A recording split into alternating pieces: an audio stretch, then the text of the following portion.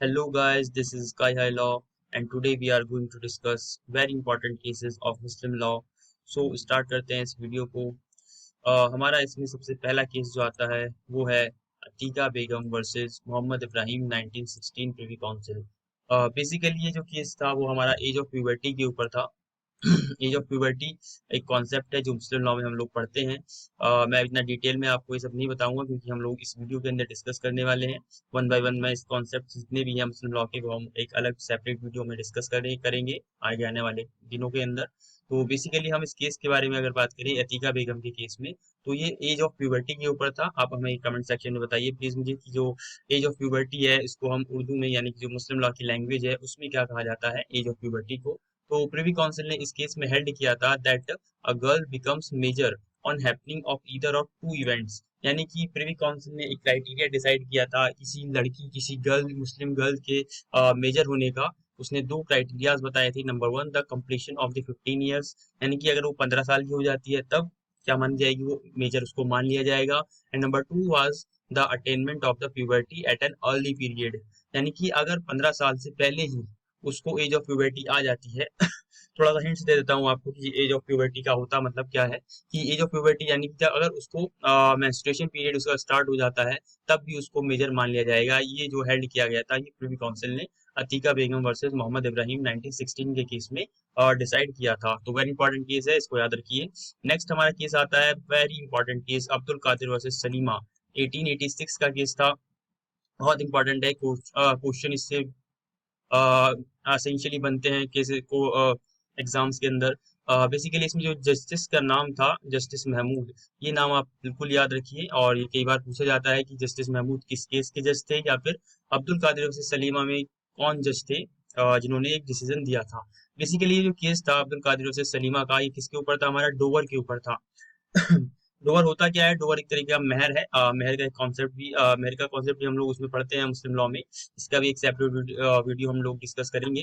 तो इस केस में कहा क्या गया था, वो ये कहा गया था कि dower is a sum of money और other property promised by the husband to be paid or delivered to his wife in the consideration of marriage। मतलब डोवर क्या है? मेहर एक तरीके का मनी है, एक धन है या फिर एक प्रॉपर्टी है जो कि प्रॉमिस किया जाता है जिसके द्वारा हस्बैंड के द्वारा अपनी वाइफ को, यानी जिससे उसका मैरिज हो रही है, जिससे उसका निकाह हो रहा है, उसको देने के लिए, या फिर उसको प्रॉमिस करता है वो कि मैं उसको तुम्हें बाद में दूंगा। या फिर हम डोवर पढ़ते हैं तो इसमें दो तरीके होता है, मेरे मुवज्जल होता है। मुवज्जल होता है यानी कि हाथों हाथ देने वाला एक मेहर होता है, या फिर तत्काल या फिर बाद वाला दे होता है, मतलब बाद में देने वाला दे होता है। तो इसमें एक तरीके का प्रॉमिस करता है या फिर उसको तत्काल देता है मनी या फिर property in the form of the dower, husband देता है वाइफ को। And even where no dower is expressly fixed by the law, then the law conferred the right of dower upon the wife as necessary effect of the marriage।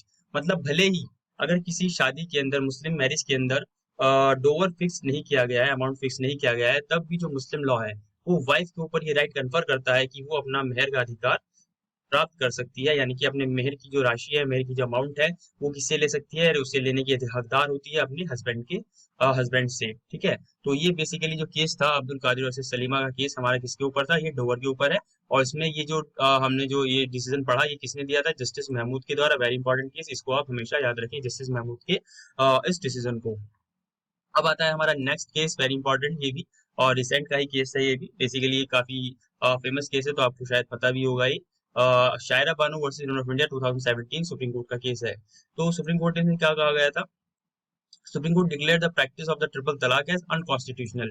Basically जो triple talaq का जो practice था मुस्लिम law के अंदर, उसको unconstitutional करने का काम जो सुप्रीम कोर्ट द्वारा किया गया है। किस केस में किया गया था? बहुत ही सिंपल सा केस का नाम है, याद रखना, Shayara Bano versus Union of India. Confuse नहीं होना है मोहम्मद अहमद खान वाले केस में। ठीक है, अभी वो भी आने वाला है क्योंकि वो 1985 का केस है। लेकिन शायरा बानो का केस जो था हमारा वो 2017 केस है। बहुत सारे बच्चे कंफ्यूज हो जाते हैं कि शाहबानो बेगम और शायरा बानो दोनों एक जैसे मिल रहे हैं, इसलिए यहाँ पर कंफ्यूजन होता है। लेकिन शाहबानो बेगम जो था केस वो मेंटेनेंस के ऊपर था 125, और शायरा बानो का केस जो था हमारा तीन तलाक के ऊपर है, जो अभी रिसेंट का केस है 2017 का। ठीक है, तीन तलाक का केस है। अभी ट्रिपल तलाक और ये तीन तलाक या तलाक का जो कॉन्सेप्ट है, जो फॉर्म्स ऑफ तलाक है, ये सब क्या होता है, ये भी हमने इसको एक अलग वीडियो में बनाया है और उसको हम डिस्कस करेंगे उस वीडियो के अंदर। ठीक है, अब हम नेक्स्ट पे चलते हैं। जो हमारा दूसरा केस है that is the by Tahira versus Ali Hussain 1979 supreme court. इस केस में सुप्रीम कोर्ट ने बेसिकली क्या कहा था ये देखते हैं। Supreme Court held that a divorced Muslim wife is entitled to maintenance even if she has already received the whole amount due under the personal law. Basically supreme court ने by Tahira के case में कहा था कि divorced मुस्लिम wife जो होती है वो एंटाइटल होती है मेंटेनेंस के लिए, भले ही उसने जो पर्सनल लॉ के अंदर उसको जो राशि मिलनी होती है वो भले ही उसने पूरी राशि अपनी ले ली है हस्बैंड से अपनी, लेकिन फिर भी उसको हम अदर लॉज के अंदर मेंटेनेंस पाने से मना नहीं किया जा सकता। ये एक ज्यादा इंपॉर्टेंट केस नहीं है, लेकिन ये कभी कभी पूछा जाता है, इसका केस का नाम भी आ जाता है कि जो बाई ताहिरा का केस है वो किस कॉन्सेप्ट से या फिर किस टॉपिक से रिलेटेड है, तो ये मेंटेनेंस रिलेटेड है, इसको इतना याद रखिएगा। और नेक्स्ट हमारा एक केस आता है बहुत ही इंपॉर्टेंट, अभी मैंने बोला भी था इसका नाम, Mohammad Ahmad Khan versus Shah Bano Begum 1985 supreme court. इस केस में सुप्रीम कोर्ट ने कहा गया था, बहुत ही इंपॉर्टेंट केस है, section 125 of CrPC. Mohammad Ahmad Khan के केस में काफी फेमस था और कंट्रोवर्शियल केस था ये 1985 का। इसमें मेंटेनेंस के ऊपर केस था, या उसमें बात भी काफी लंबी चली थी, काफी लंबा इसका कंट्रोवर्सी रही थी। तो इसमें सुप्रीम कोर्ट ने कहा कि जो सेक्शन 125 ऑफ सीआरपीसी है वो इंडिपेंडेंट है of any personal law and it is of a secular nature. मतलब ये है कि जो 125 सीआरपीसी है वो हर रिलीजन के जो हस्बैंड वाइफ है या फिर जो मैरिटल रिलेशनशिप्स है वहां पर मेंटेनेंस की अगर बात आती है तो वहां पर धारा 125 लागू होगी सीआरपीसी की, चाहे वो किसी भी रिलीजन के लोग हों। It was held that the section 125 applies to the divorce Muslim women unless she remarries, जब तक कि वो शादी दोबारा ना कर ले, चाहे वो मुस्लिम हो, चाहे वो नॉन मुस्लिम हो, चाहे कोई भी रिलीजन हो, तो तब तक उसको 125 सीआरपीसी के अंदर क्या होगा, राइट होगा मुस्लिम मेंटेनेंस पाने का। ठीक है, तो इस केस का नाम याद रखिए, मोहम्मद अहमद खान वर्सेस शाहबानो बेगम। और यहाँ पर ये कहा गया था इस केस के अंदर एक चीज और भी बताई गई थी सुप्रीम कोर्ट के द्वारा कि यहाँ पर कोई कंफ्लिक्ट नहीं है, पर्सनल लॉ और सेक्शन 125 सीआरपीसी में दोनों अपने आप इंडिपेंडेंट है। यानी मान लो एक लड़की है, एक वुमेन, मुस्लिम वुमेन है, उसका डाइवोर्स हुआ और उसने मेहर की राशि अपनी ले ली हस्बैंड से। अब इद्दत पूरी होने के बाद उसको मेंटेनेंस नहीं मिलना है, प्रोविजन है मुस्लिम लॉ के अंदर, लेकिन 125 सीआरपीसी ये अब यहाँ पर अप्लाई हो जाएगी, तो वो कहेगी कि वाइफ चाहे तो सेक्शन 125 सीआरपीसी के अंदर जाकर इंडिपेंडेंटली, यानी कि about apart the personal law, उससे हटकर अपना एक अलग मेंटेनेंस का दावा कर सकती है, किसके ऊपर, हस्बैंड, मुस्लिम हस्बैंड के ऊपर अपनी। ठीक है, तो this was the Mohammad Ahmad Khan versus Shah Bano Begum case decision. अब हम नेक्स्ट केस आता है हमारा Mohammad Salim versus Shamsuddin and others 2019 recent case है। इस केस में क्या कहा गया था, the Supreme Court held that child born out of the marriage between a Muslim man and his Hindu wife is entitled to claim a share in his father's property।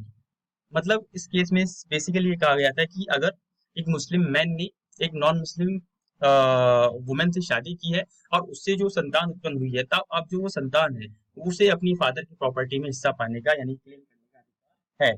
और court ने यहाँ पर यह भी कहा था कि अगर कोई मुस्लिम मैन, इस केस में कहा गया था, याद रखिएगा, कि अगर कोई मुस्लिम मैन किसी आइडलेटर यानी कि मूर्ति पूजक या फिर वॉरशिपर, फायर वॉरशिपर से, अग्नि पूजक से शादी कर लेता है, तो ऐसी जो मैरिज है वो ना तो वैलिड होगा और ना ही वॉइड होगा, बट वो क्या होगा, it will be a irregular marriage. ठीक है, अब ये मैरिज की बहुत सारी कॉन्सेप्ट है कि भाई मैरिज, मुस्लिम मैरिज कितने तरीके की होती है, ये सब जो है वाइड, बातिल, सही, फासिद, ये सब जितने भी प्रकार है मैरिजेस के, इसकी भी एक सेपरेट वीडियो हम लोग बनाएंगे और उसमें हम उसको डिस्कस करेंगे अच्छे से। ठीक है, this was the case video, this was the Muslim law cases videos.